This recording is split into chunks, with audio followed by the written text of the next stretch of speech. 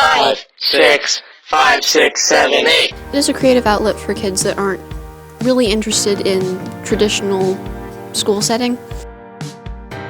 Having this kind of playground for the creative kids is a really great part of K.I.S.S.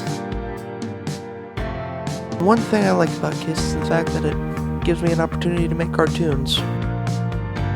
I've wanted to be a cartoonist for a long time, and this place gives me an opportunity to. I have a lot of creative freedom.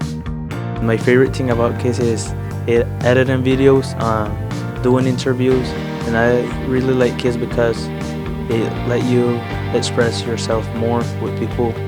The one thing I would probably recommend is probably the podcast room. You can do so much with that, as well as your first podcast or voiceover, or anything that you put your mind to. My favorite thing about K.I.S.S Communications is editing videos. Since 1972, K.I.S.S Communications has offered hands-on experiences for students both in front of and behind the camera. K.I.S.S is a pioneer student-run enterprise and helps keep viewers informed on what's happening at the school and around the community.